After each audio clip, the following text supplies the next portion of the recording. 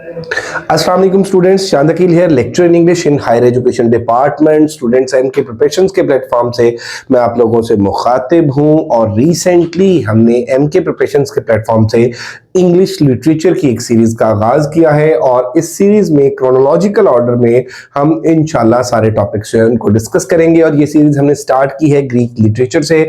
Greek literature के बाद हम एंग्लो सेक्सन पे आए, एंग्लो नॉर्मन पे आए, चौसर, एलिज़ाबेथन। और एलिज़ाबेथन एज का आज एक बहुत ही इंपॉर्टेंट टॉपिक है। और अगर मैं ये कहूं कि इस राइटर को हम निकाल दें तो शायद इंग्लिश लिटरेचर में कुछ भी डिस्कस करने को नहीं बचता। जी हाँ, I am talking about Shakespeare. तो आज हम डिस्कस करेंगे विलियम शेक्सपियर को। शेक्सपियर के इंट्रोडक्शन पे बात करेंगे, उसकी टाइमलाइन पे बात करेंगे। और इसके साथ बेटा एक और लेक्चर जो है वो मैं ऑलरेडी अपलोड कर चुका हूं शेक्सपियर पे, जिसमें शेक्सपियर की तमाम जो ट्रेजेडीज हैं, कॉमेडीज हैं, हिस्ट्रीज हैं, रोमांसेस हैं, उनका जिक्र किया हुआ है। शेक्सपियर की पूरी टाइमलाइन को मैंने in the form of table discuss किया है।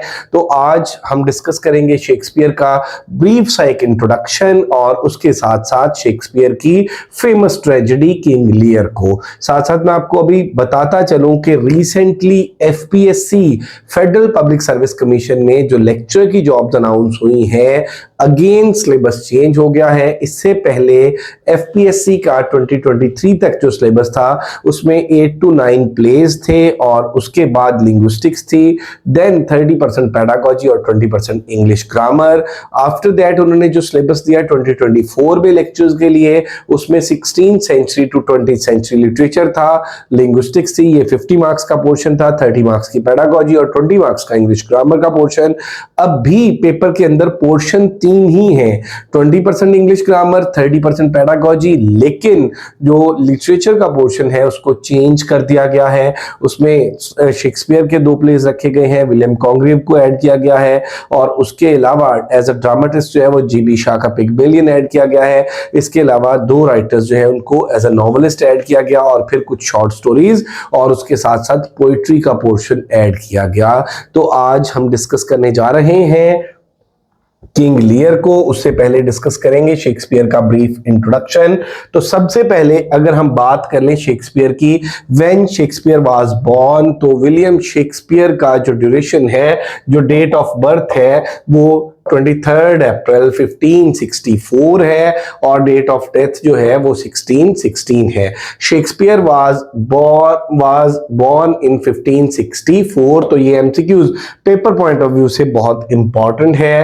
He was an English playwright, poet and actor, widely regarded as the greatest writer in English language and the world's preeminent dramatist. He is often called England's national poet and bard of Avon. Shakespeare is called England's national poet and bard of Avon. He wrote 20, अब यहां पे ना कुछ books ने दिया 37, कुछ ने दिया 38, कुछ ने दिया 39। शेक्सपियर के प्लेज के हवाले से अगर हम बात करें तो डिफरेंट हिस्ट्रीज के अंदर जो प्लेज के नंबर हैं वो डिफरेंट मिलते हैं, लेकिन यहां पे बेटे आप इसको ना 38, Shakespeare wrote 38 plays, 154 sonnets and 2 long narrative poems. Shakespeare ने 38 प्लेज लिखे हैं, 154 सॉनेट्स लिखी हैं और 2 जो है वो लॉन्ग नैरेटिव पोएम्स लिखी हैं। His works explore timeless themes like love, power, jealousy, betrayal, fate and ambition and have had a lasting impact on English literature and world culture. अब इसमें बेटे एक बात मैं आपको बताता चलूं कि if we talk about Shakespeare, तो आज भी हम शेक्सपियर को डिस्कस करते हैं, शेक्सपियर के प्लेज को डिस्कस करते हैं। हर यूनिवर्सिटी में बीएस में, मास्टर्स में, एमफिल में शेक्सपियर को पढ़ाया जाता है। तो यहाँ पे जो मैंने मेंशन किया कि भाई शेक्सपियर के जो थीम है वो यूनिवर्सल है। शेक्सपियर की अगर हम बात कर लें इसके थीम्स की, तो वो जो टाइम एंड स्पेस की थ्योरी है उससे बालातर हैं। आखिर अगर हम 400 इयर्स गुजरने के बाद भी शेक्सपियर को डिस्कस कर रहे हैं तो शेक्सपियर के जो थीम्स है लव, पावर, जेलसी, बिट्रेयल, ये यूनिवर्सल थीम है और ये एवरलास्टिंग थीम है। इसके बाद हम नेक्स्ट बात कर लें बेटे शेक्सपियर के हवाले से, तो शेक्सपियर के कुछ जो है इंट्रोडक्शन में कुछ इंपॉर्टेंट पॉइंट्स जो है, Shakespeare invented more than 1700 words in English language. English language में शेक्सपियर ने 1700 से ज्यादा जो वर्ड्स हैं वो ऐड किए। Influence the English language profoundly the globe theatre. Shakespeare के जो थिएटर का नाम था वो ग्लोब थिएटर था in London, is closely associated with his theatrical legacy, or his works are still performed globally and adapted into every medium, stage, film, literature and more। अब यहाँ पे अगर मैं बात कर लूँ तो शेक्सपियर की जो प्योर फेमस ट्रेजेडीज है, मैकबेथ है, मैकबेथ पे मूवी बनी इंडिया में मकबूल, इसी तरह से हैमलेट है, हैमलेट पे हैदर मूवी बनी, और इसी तरह से ओथेलो है, ओथेलो पे ओमकारा बनी, और वो ऑनेस्टली स्पीकिंग कि वो मूवीज जो है वो देखने से ताल्लुक रखती हैं, वो बहुत जबरदस्त एडेप्टेशन है। उसके बाद जी सेकंड, अब शेक्सपियर के अगर हम 4 फोलियोज की बात कर लें तो first folio of Shakespeare was published in 1623 second, और ये first folio of Shakespeare is the most important books in English literature. Second folio was published in 1632, third in 1663 और fourth one is published in 1685। तो इसमें सबसे ज्यादा जो पूछा जाता है पेपर में वो फर्स्ट फोलियो के बारे में पूछा जाता है, तो इट वाज पब्लिश्ड इन 1623। तो ये बेटा एक ब्रीफ सा इंट्रोडक्शन था शेक्सपियर का। शेक्सपियर के ऊपर कहने को मेरा बेटा बहुत कुछ है, और जैसा कि मैंने बताया कि मैंने इस पे ऑलरेडी एक लेक्चर अपलोड किया है जिसमें शेक्सपियर की कॉमेडीज, शेक्सपियर की ट्रेजेडीज और उसके अलावा शेक्सपियर की हिस्ट्रीज और उसके रोमांसेस जो है इनके ऊपर एक पूरा टेबल ड्रा करके डिस्कस किया है। तो हम बात कर लेते हैं बेटे किंग लियर की। आज का हमारा जो टॉपिक है वो है किंग लियर। सबसे पहले इंपॉर्टेंट कैरेक्टर्स देखते हैं। तो स्टोरी का जो प्रोटैगनिस्ट है, जो मेन कैरेक्टर है, किंग लियर। और किंग लियर कौन है? किंग ऑफ ब्रिटेन, इंग्लैंड का बादशाह। उसके बाद आ जाता है जी हिज 3 डॉटर्स, उसकी 3 बेटियां। और 3 बेटियां कौन है? उसमें गॉनरेल है, रेगन है और कॉर्डेलिया है। अब सम टाइम पेपर में जो क्वेश्चन पूछा जाता है वो पूछा जाता है कि who was the eldest daughter of King Lear, ठीक है, और उसके बाद who was the younger daughter of King Lear. तो ये आपने याद रखना है कि Goneril was the eldest daughter of King Lear, Regan was the middle daughter of King Lear and Cordelia youngest daughter. ये क्या है? 3 डॉटर्स ऑफ किंग लियर। उसके बाद आप देख लीजिए नेक्स्ट जो है Duke of Albany. Duke of Albany जो है ये गॉनरेल का हस्बैंड है। और ड्यूक ऑफ कॉर्नवाल की अगर हम बात कर लें तो ये रेगन का हस्बैंड है। और अर्ल ऑफ ग्लुसेस्टर जो है ये जनरल है लियर के कोर्ट में, अर्ल ऑफ ग्लुसेस्टर। और उसके बाद नेक्स्ट अगर हम बात कर लें तो इसमें अर्ल ऑफ केंट की अगर हम बात कर लें, लेटर डिस्गाइज्ड एज तो उसके बाद एडगर जो है ये ग्लुसेस्टर का सन है, और एडमंड जो है ये ग्लुसेस्टर का इलेजिटिमेट सन है। फूल जो है लियर्स फूल, और फूल का कैरेक्टर जो है शेक्सपियर वो आयरॉनिक वे में यूज करता है। Actually fool was not fool, he was very witty. और उसके बाद किंग ऑफ फ्रांस जो है suitor and later husband of Cordelia. In the opening scene of the play he was a suitor, but when Cordelia को कुछ भी property से जब नहीं मिलता तो जो अदर सूटर था ही रिजेक्टेड द प्रपोजल। और उसके बाद जो है किंग ऑफ फ्रांस ने कॉर्डेलिया से शादी की, तो sweater and later husband of Cordelia. तो ये इसके कैरेक्टर्स थे। अगेन मैं आपको बताता चलूं, किंग लियर है, किंग लियर की डॉटर्स है, उन तीनों डॉटर्स के हस्बैंड है, और उसके अलावा जो है एडमंड है, एडगर है, केंट है, फूल है, ये इसके कैरेक्टर्स हैं। अब बेटा एफपीएससी में और या पीपीएससी में सम टाइम जो क्वेश्चन पूछा जाता है वो स्टोरी लाइन के अंदर से पूछा जाता है। For example if I talk about 2017 PPSC lectureship exam, तो वहां पे हमसे हैमलेट का एक क्वेश्चन पूछा गया कि हैमलेट की और लैरिटीज की जो लड़ाई है वो कहां पर हो रही थी। एंड एक्चुअली बेटा वो क्या था कि वो जो ओफेलिया है, ओफेलिया की ग्रेव के अंदर, उसकी कब्र के अंदर उन दोनों की लड़ाई हुई थी। तो अगर आपने स्टोरी को पढ़ा नहीं हुआ, अगर आपने टेक्स्ट नहीं पढ़ा, या आपने एटलीस्ट एक्ट वाइज नहीं पढ़ा, या आपने उसके सारे स्टोरी के पॉइंट्स को नहीं डिस्कस किया हुआ, तो फिर आप इस तरह के क्वेश्चंस का आंसर नहीं दे सकेंगे। तो पॉइंट्स की फॉर्म में मैं आप लोगों को इस तरह से इंशाल्लाह स्टोरी पढ़ाऊंगा कि आप लोगों को वो सारे के सारे points in the form of information याद रहेंगे। तो किंग लियर अब एक और बात मैं आपको बताता चलूं कि शेक्सपियर की जो ट्रेजेडी है वो 5 एक्ट्स में लिखी जाती थी। और यहां पे अगर हम बात कर लें जी किंग लियर की, तो King Lear of Britain while retiring from his duties. अब ओपनिंग सीन है और ओपनिंग सीन में किंग लियर जो है वो अपनी रिस्पॉन्सिबिलिटी से दस्तबरदार होना चाहता है। जब वो रिटायर होना चाहता है अपनी ड्यूटीज से, तो किंग लियर जो है to divided duties wanted to divide his monarchy around his 3 daughters Goneril, Regan and Cordelia। अब किंग लियर जो है he decided to divide his property in his 3 daughters Goneril, Regan and Cordelia। और उसके लिए King Lear ने जो एक parameter set किया, उस डिवीजन के लिए जो एक क्राइटेरिया बनाया, ठीक है, that was quite strange। he declares he will offer the largest share to the one who loves him most। अब उसने ये कहा कि वो उस बेटी को सबसे ज्यादा प्रॉपर्टी के अंदर शेयर देगा जो उससे सबसे ज्यादा प्यार करती है। एक्चुअली यू नो दैट बेटे के लव जो है ना, it's a very abstract thing, तो इसको उस तरह से मैयर नहीं किया जा सकता, उसको उस तरह से देखा नहीं जा सकता। Ultimately लियर divided his property into 2 parts only because his younger daughter. अब यहां पे जो गॉनरेल और रीगन है, उन्होंने अपने लव को अपने फादर के लिए इस तरह से बयान किया कि उन्होंने इतना वो जो है फ्लैटर किया कि King Lear became very happy और उसने अपनी प्रॉपर्टी को। और जब कॉर्डेलिया की बारी आई तो कॉर्डेलिया जो है she was very honest to her father, और कॉर्डेलिया ने जब उस मुबालगा राय से इनकार कर दिया और कॉर्डेलिया ने कहा कि I love you according to my bond, तो फिर किंग लियर ने अपनी जो, और किंग लियर वहां पे कहता है कि मेंड your speech Cordelia, nothing will come of nothing. तो यहां पे बेटे जो है किंग लियर ने अपनी प्रॉपर्टी को 2 हिस्सों में तकसीम किया और Cordelia refuses to say anything, nothing my lord. ये कॉर्डेलिया का जो है वो डायलॉग है जहां पे किंग लियर कहता है मेंड your speech, nothing will come of nothing, और it made Lear infuriated and he didn't give anything to Cordelia। अब यहां पे देखें जी कि यहां पे अगर हम बात करते हैं ना ट्रेजेडी के अंदर के एरर ऑफ जजमेंट, तो बेटा ये वाला पॉइंट आपने याद रखना है कि King Lear divided his property, his monarchy into his 2 daughters Goneril and Regan। और उसके बाद नेक्स्ट चलते हैं जी earl of Kent.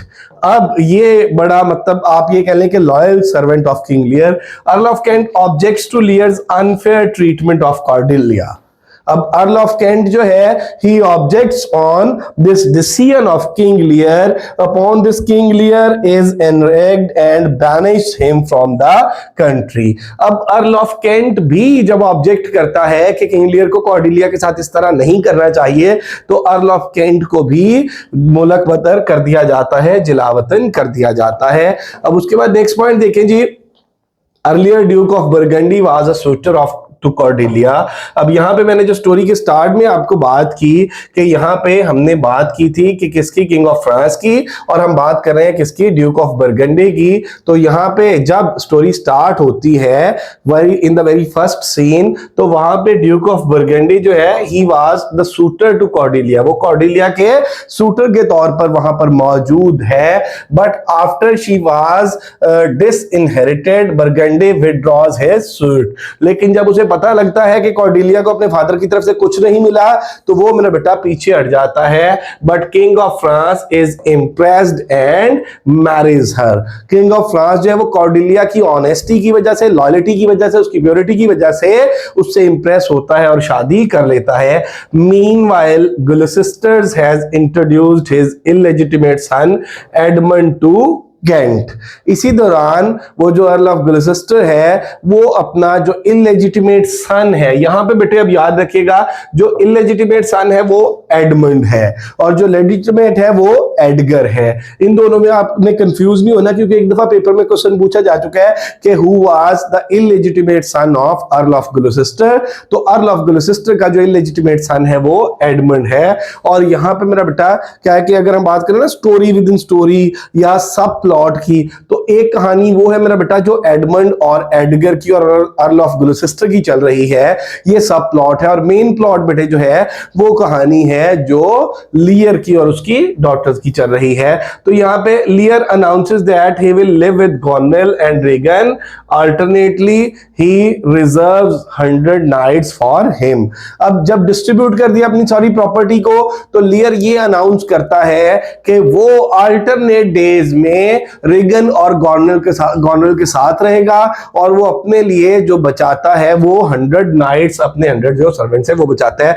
गॉर्नेल and Regan speak privately, revealing that their declamation of love were fake and they viewed Lear as a foolish old man. अब उनकी आपस में जो बातचीत है गॉर्नेल और रीगल की, उससे जो रीडर है उसको ये पता चलता है कि actually both they were pretending their love, वो जो उन्होंने अनाउंस किया था अपना लव क्लेम किया था, दैट वाज फेक, और वो कंसीडर कर रही थी अपने फादर को लियर को foolish, and actually he was foolish, क्योंकि उसने जिस तरह से कॉर्डेलिया के साथ ज्यादती की। Edmund resents his illegitimate status and plots to dispose of his illegitimate older brother Edgar. तो यहां पे जो एडमंड है रिसेंट्स हिज इलेजिटिमेट स्टेटस, वो मेरा बेटा अपना उसका जो इलेजिटिमेट स्टेटस है उसकी वजह से वो एक कॉन्स्पिरेसी करता है अपने ओल्डर ब्रदर एडगर के खिलाफ। Edgar was the legitimate son of Gloucester. कहानी आगे बढ़ती है। Edmund tricks Gloucester his father with a forged letter. और एडमंड क्या करता है, एडमंड एक साजिश करता है। किस तरह से साजिश करता है, अब वो एक फॉर्ज्ड लेटर, एक लेटर लिखता है, making him think that Edgar plans to usurp the state. और उस लेटर में वो ये प्रिटेंड करता है कि उसका भाई, उसका ओल्डर ब्रदर एडगर जो है वो अर्ल ऑफ ग्लूसेस्टर की, अपने फादर की जो स्टेट है उस पर कब्जा करना चाहता है। कैंट रिटर्न्स, इसी दौरान कैंट जो है returns from exile in disguise under the name of Caius and Lear hires him as his servant. अब जो कैंट है वो वापस आ चुका है, and actually now he was not Kent, ठीक है, he disguised himself and now he was Caius. और उसके बाद Lear and Caius quarrel with Oswald. अब यहाँ पे लियर की और जो काइस है उनकी ऑसवाल्ड से लड़ाई होती है, जो क्या है गॉर्नेल्स का स्टीवर्ड है। अब यहाँ पे देखिए जी दो चीजें चल रही है, एक तो चल रही है लियर की स्टोरी, किंग लियर की स्टोरी, ठीक है, और दूसरी स्टोरी जो चल रही है वो अर्ल ऑफ ग्लूसेस्टर के जो दोनों सन है एडमंड और एडगर। अब एक्चुअली जो एडमंड है वो इलेजिटिमेट सन था और वो कंस्पिरेसी करता है अपने बड़े भाई एडगर के खिलाफ, और वो अपने फादर को ये पोर्ट्रे करता है कि एडगर जो है वो अर्ल ऑफ ग्लूसेस्टर को मारना चाहता है और वो सारी प्रॉपर्टी जो उसको गस्ब करना चाहता है। Lear discovers that now Goneril no longer respects him and she ordered him to behave properly and reduce his retinue from 100। अब यहां पे देखें जी कि लियर को रियलाइज होता है कि गॉर्नेल का जो बिहेवियर है उसके साथ वो ठीक नहीं है, और गॉर्नेल उसको ये कहती है कि वो अपने जो नाइट्स हैं उनको 100 से कम करे, उनकी तादाद कम करे। द फूल, अब यहां पे वो जो फूल है ना जो हमने स्टार्ट में पढ़ा कैरेक्टर्स में, fool actually was not fool, he was very wise. अब the fool mocks Lear's misfortune. अब यहां पे फूल्स के कैरेक्टर को शेक्सपियर जो है वो डेलिबरेटली भी यूज करता है, और वहां पे वो जो एक ट्रेजिक इंटेंसिटी जो बढ़ रही होती है उसको भी थोड़ा सा रिड्यूस करने के लिए। The fool mocks Lear's misfortune, फूल मजाक उड़ाता है किंग लियर की जो बदकिस्मती है उसका। अब एडमंड लर्न्स फ्रॉम, अब देखिए स्टोरी मेरा बेटा कहा है कि जो सब प्लॉट है it is connected to main plot of the story. तो Edmund learns from Curan a courtier that there is likely to be a war between Albany and Cornwall, and Regan and Cornwall are arrive Gloucester's house that evening. अब Edmund को पता लगता है एक courtier से कि वार, एक जो वार है वो किसके दरमियान, एल्बनी के दरमियान और कॉर्नवाल के दरमियान होने जा रही है। एंड रीगन और कॉर्नवाल जो मिडिल डॉटर थी किसकी, किंग लियर की, वो और उसका हस्बैंड जो है वो आते हैं कहां पर, गुलसिस्टर के हाउस में at that evening. Taking advantage of the situation, Edmund fakes an attack by Edgar and Gloucester's disinherits Edgar। अब यहां पे क्या है कि इस मौके का फायदा उठाते हुए of the situation Edmund fakes an attack by Edgar. Edmund जो है वो अटैक करता है और प्रिटेंड ये करता है कि ये एडगर ने किया है, और गुलसिस्टर क्या करता है कि वो डिसइनहेरिट कर देता है किसको, एडगर को। वो एडगर को क्या करता है कि प्रॉपर्टी से, अपनी प्रॉपर्टी से डिसइनहेरिट कर देता है। अब यहां पे देख लें जी कि कॉर्डेलिया, सिमिलरिटी जो है एडगर के दरमियान और कॉर्डेलिया के दरमियान, both they were innocent, both they were loyal and both they were true to their fathers. यहां पे एडगर को भी जो है वो एडमंड की कॉन्स्पिरेसी का सामना करना पड़ा, और जो कॉर्डेलिया है उसको भी कहीं ना कहीं पे किंग लियर का गलत फैसला, और वो जो आप ये कह लें कि क्लेवर अप्रोच है गॉर्नल और रीगन की, उसका। When Caius took the message of Lear to Regan. अब क्योंकि किंग लियर जो है वो अपने आप को वहां पे मिसफिट फील कर रहा था अपनी बड़ी बेटी गॉर्नल के यहाँ, और उसे लगता था कि गॉर्नल का बिहेवियर जो है वो उसके साथ ठीक नहीं है। शी डिसरिस्पेक्ट्स हिम, और वो उसको, उसके जो नाइट्स हैं उनको भी रिड्यूस करने को बोलती है। तो अब वो ये डिसाइड करता है कि वो गॉर्नल की बजाय अपनी दूसरी बेटी, दरमियान वाली जो बेटी है रीगन, वो उसके यहां रहेगा, और इस सिलसिले में वो कायस जो पहले केंट था उसको भेजता है, कहां पर, एज अ मैसेंजर भेजता है रीगन के पास। He quarrels with Oswald again and thus Caius is put in the stocks by Regan and her husband Cornwall. वो दोबारा वहां पर जाकर ऑसवर्ल्ड जो उनका स्टीवर्ड होता है उससे लड़ पड़ता है, और उसकी पादाश में क्या किया जाता है कि कायस को वो जो स्टॉक है लकड़ी का उसमें बंद कर दिया जाता है, जकड़ दिया जाता है। कौन जकड़ता है, रीगन, और रीगन का जो हस्बैंड है कॉर्नवाल। उसके बाद when Lear arrive there and objected his messenger's mistreatment, but Regan dismissed her father and father as dead by Goneril. अब वहां पे जब बाद में किंग लियर पहुंचता है, और किंग लियर जो है वो बड़ा गुस्से में होता है कि उसका जो मैसेंजर है उसके साथ मिसट्रीट किया गया, तो वहां पे जो रीगन है वो भी किंग लियर के साथ वही करती है जो उसकी ओल्डर डॉटर गॉर्नल ने किया, और वो क्या करती है कि लियर इज एनरेज बट इंपॉर्टेंट। अब यहां पे किंग लियर जो से बड़ा गुस्सा आता है, लेकिन actually at that time Lear was not in a position to do anything, क्योंकि वो अपने हाथ कटवा चुका था, अपनी प्रॉपर्टी जो है उसको डिस्ट्रीब्यूट कर चुका था।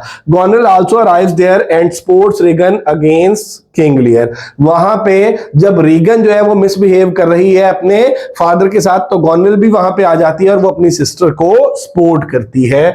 आगे चलते हैं स्टोरी में, तो बेटे आगे आप देखेंगे कि Lear rushes out into a storm to rent against his ungrateful daughters accompanied by a mocking fool. अब आगे स्टॉर्म का सीन आ जाता है, और वो स्टॉर्म जो है ना, एक्चुअली मेरा बेटा उसकी सेटिंग इस तरह से है कि वो स्टॉर्म था in the life of King लियर। King Lear के माइंड के अंदर मेरा बेटा जो स्टॉर्म चल रहा था, तो अब उसमें देखें जी क्या, storm to rent against his ungrateful, और वहां पे इसके साथ कौन होता है, mocking fool. Lear's only companion is fool and chaos now. अब लियर के जो दो साथी है ना, वो फूल है और उसके साथ केंट है, केंट जिसको जो अब डिस्गाइज्ड है इन द फॉर्म ऑफ कायस। उसके बाद देख लीजिए, warning on the Heath after storm Edgar meets लियर। अब यहां पे जब वो स्टॉर्म के अंदर, जब वो तूफान के अंदर घूम रहे हैं, तो उन्हें कौन मिलता है, एडगर मिल जाता है। और आप ये देखेंगे कि एडगर की भी सिचुएशन वही है जो किसकी है, किंग लियर की है, in guise of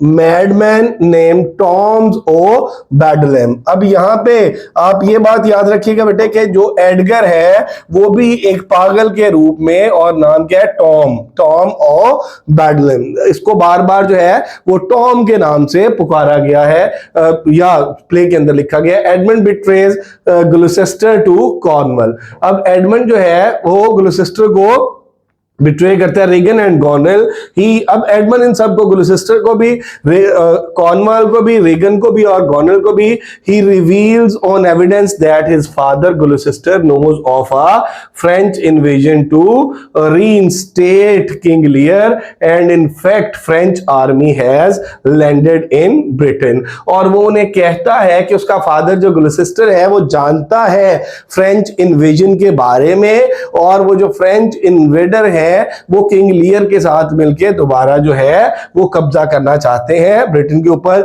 now Edmund leaves with Goneril to inform her husband. अब now Edmund leaves with Goneril to inform her husband Albany about the French attack. अब एडमंड जो है वो गॉनरेल को छोड़ के जाता है कहां पर, उसके हस्बैंड एल्बनी के पास, ताकि उसे फ्रेंच अटैक के बारे में बता सके। इसी तरह से Gloucester is arrested by Regan and Cornwall. Gloucester को यानी एडमंड और एडगर के बाप को कौन कर लेता है, इसकी जो मिडिल डॉटर है रेगन और कॉर्नवाल उसका हस्बैंड, वो उसको अरेस्ट कर लेते हैं। क्यों अरेस्ट कर लेते हैं? क्योंकि एडमंड ने यहां पे भी कंस्पिरेसी की, यहां पे भी साजिश की, और उसने कहा कि उसका फादर जानता है कि जो फ्रेंच इन्वेडर्स हैं वो आ रहे हैं और वो किंग लियर के साथ मिलकर ब्रिटिश के ऊपर अटैक करेंगे। तो they gouge out Gloucester's eyes but were attacked by a servant who could not bear the devastating scene, Regan's kill the servant. अब वो ग्लुसिस्टर की आंखें निकालना चाहते हैं, लेकिन वहां पे एक जो सर्वेंट है ग्लुसिस्टर का वो क्या करता है कि वो हमला कर देता है, और लेटर ऑन रेगन जो है वो सर्वेंट को मरवा देती है। उसके बाद आप देख लीजिए, Regan tells Gloucester that he is betrayed by his bastard son. Edgar meets his blind father on the heath. उसके बाद आप देख लीजिए, Gloucester does not recognise Edgar and begs Tom to take him to a cliff at Dover so that he may jump to death। अब यहां पे क्योंकि ग्लुसिस्टर जो है उसकी आंखें निकाली जा चुकी हैं और उसको एडगर मिलता है, उसका जो रियल सन है, जो लेजिटिमेट सन है, और वो उसको नहीं पहचान पाता। And begs Tom to take him to cliff to Dover so that he may jump death। Goneril discovers Edmund more attractive। अब गोनरेल को जो है वो एडमंड ज्यादा अट्रैक्टिव लगता है than her own husband Albany whom she regards coward। अपने husband Albany को गोनरेल जो है वो कॉवर्ड समझती है, और उसको उसकी बजाय उसका जो इंटरेस्ट डेवलप हो रहा है, उसको जो अट्रैक्ट कर रहा है वो कौन है? एडमंड, बास्टर्ड सन ऑफ, या बास्टर्ड कह लें हम, illegitimate son of Gloucester. Now Albany has developed a conscience and is disgusted by the sisters' treatment to King Lear and Gloucester denounces his wife। अब जो Albany has developed a conscience, उसको समझ आती है कि is disgusted by the sisters, उसको लगता है कि दोनों बहनों का, गोनरेल का और रेगन का जो बिहेवियर है उनके फादर के साथ वो ठीक नहीं है। and Gloucester denounce his wife, और वो मेरा आगे चलते हैं तो Cornwall is dead and Regan is widow. अब जो एल्बनी है वो अपनी वाइफ को छोड़ देता है और कॉर्नवाल जो है उसकी डेथ हो जाती है और रेगन जो है वो विडो है। अब आगे Kent took her French army commanded by Cordelia, but Lear is half mad, embarrassed by his early follies। At Regan's instigation, Albany joins his forces with her against French। Regan and Gornell fight through letters about who is the correct match for Edmund. अब गॉनरेल की और Reagan की आपस में लड़ाई हो जाती है because both the sisters were interested in Edmund. Edgar pretends Gloucester by changing his voice, और एडगर जो है वो प्रिटेंड करता है Gloucester by changing his voice that he has a miraculously survived a great fall. By now Lear is completely mad. इस वक्त तक लियर जो है वो मुकम्मल तौर पर पागल हो चुका है। On Regan's order Oswald tries to kill Gloucester. Regan के ऑर्डर पे वो जो ऑसवर्ड है वो ट्राई करता है ग्लुसिस्टर को मारने की, बट किल्ड बाय एडगर, लेकिन एडगर उसको खत्म कर देता है। Edgar finds in Edmund's pocket a letter. Edgar को एडमंड की पॉकेट में एक लेटर मिलता है बाय गॉनरेल का, in which she encourage Edmund to kill her husband, जिसमें उसने इनकरेज किया होता है एडमंड को कि वो उसके हस्बैंड को मार दे। Albany and take her as his wife, और उसको अपनी बीवी बना ले। Kent and Cordelia take charge of Lear whose madness slowly passes. Regan, Goneril, Albany and Edmund meet their forces to fight against French. Albany insists that they will fight the French but will not harm King Lear or Cordelia. अब Albany जो है वो उनके साथ तो है, लेकिन वो ये कहता है कि वो फ्रेंच के अगेंस्ट लड़ेंगे लेकिन किंग लियर को और कॉर्डेलिया को कोई नुकसान नहीं पहुंचाएंगे। The two sisters lust for Edmund, who has made promise to both. Edmund plots the death of Albany, Lear and Cordelia. Edgar gives Gonville's letter to Albany. Battle starts and British defeat the French, and Lear and Cordelia are captured. Edmund sends Lear and Cordelia for execution. Regan now declares that she will marry Edmund, but Albany proclaims Edmund a traitor. Regan is poisoned by Gonville and is dead. Edgar disguises and appears and challenges Edmund for a duel. Nobody recognizes him. Edmund is fatally wounded by Edgar. Albany shows the death letter to Gonville and she flees in shame and rage.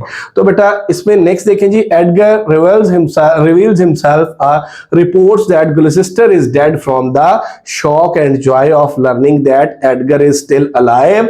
After Edgar revealed himself the truth, Gonville commits suicide. The dying Edmund decides to save Lear and Cordelia, but he was too late. अब यहाँ पे जो Edmund है decides to save Lear and Cordelia, लेकिन बहुत late हो चुका है और Albany sends man to countermand Edmund's order. He saw King Lear bearing Cordelia's corpse in his arms, who's survived by killing the executor. Kent appears and King Lear recognizes him. Albany urges Lear to resume the throne. Lear is overwhelmed with joy and dies like Gloucester. Albany then asks Kent and Edgar to take charge of the throne. Kent denies. Finally Albany और Edgar, अब यहाँ पे इन quarto version और ये Edgar जो है folio version implies that he will now become king. King Lear refer to his sorrow and outrage and hysteria pursue a disease that was thought to afflict women. Lear compares himself to a woman whose uterus is wandering around inside her body.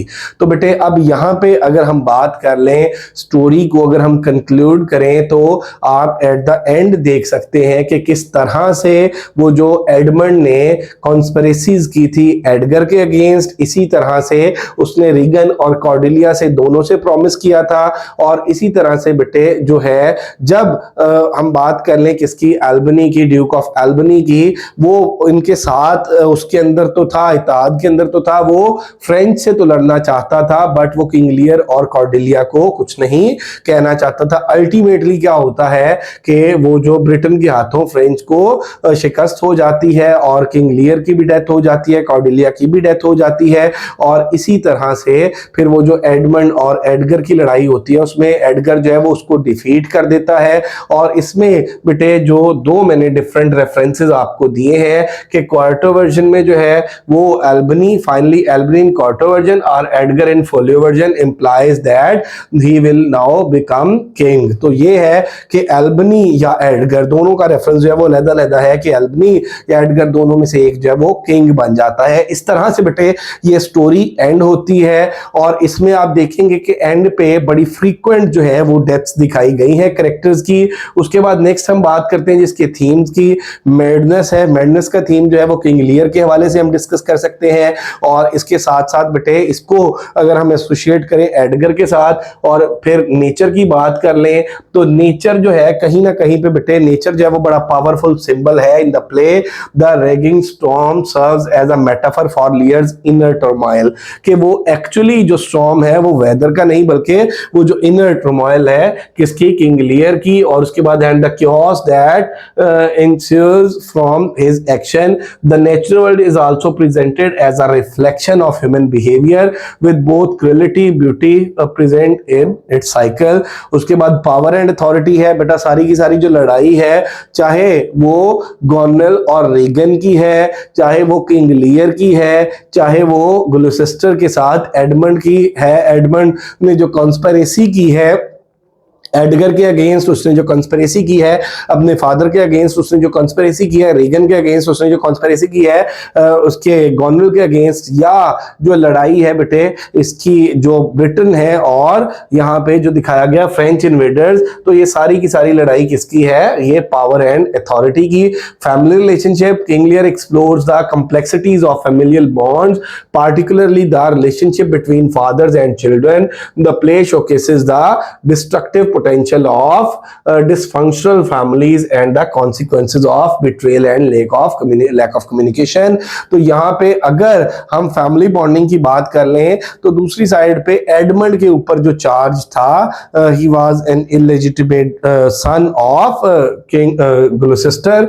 तो उसके बाद आप देख लें जी betrayal and loyalty. अब यहाँ पे अगर लॉयल्टी की बात कर लें तो कॉर्डिलिया वाज लॉयल। उसके बाद हम केंट की बात कर लें, केंट वाज लॉयल। फूल की बात कर लें, फूल वाज लॉयल। इसके बाद हम एडगर की बात कर लें, एडगर वाज लॉयल। और इसके बाद कहीं ना कहीं पे हम एल्बनी की बात कर लें तो ही वाज लॉयल। और बाकी जो है आप सारे का सारा बिट्रेयल देख सकते हैं थ्रू आउट द प्ले।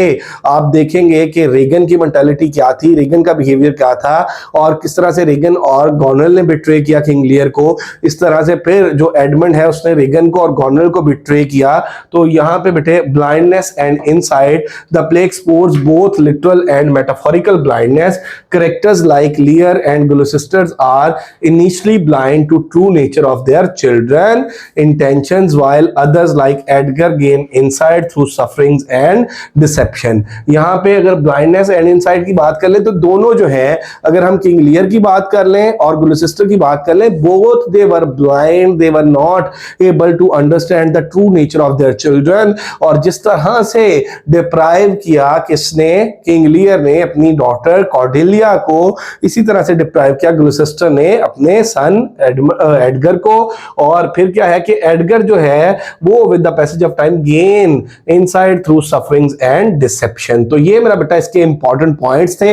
इस लेक्चर में हमने डिस्कस किया शेक्सपियर का ब्रीफ सा इंट्रोडक्शन, साथ फिर हमने बात की किंग लियर के कैरेक्टर्स की, और उसके साथ हमने बात की स्टोरी के मेन पॉइंट्स की, और कुछ जो है वो थीम्स डिस्कस किए। और साथ मैंने आपको ये भी बताया कि रिसेंटली एफपीएससी का जो सिलेबस चेंज हुआ है, जो अपडेट हुआ है, उसमें किंग लियर को, हैमलेट को और उसके अलावा विलियम कॉन्ग्रेव का वे ऑफ द वर्ल्ड है, और साथ जो है जिबिशा का पिग्मेलियन, इनको ऐड किया गया है। होप सो बेटे आप लोगों को इन पॉइंट्स की समझ आई होगी।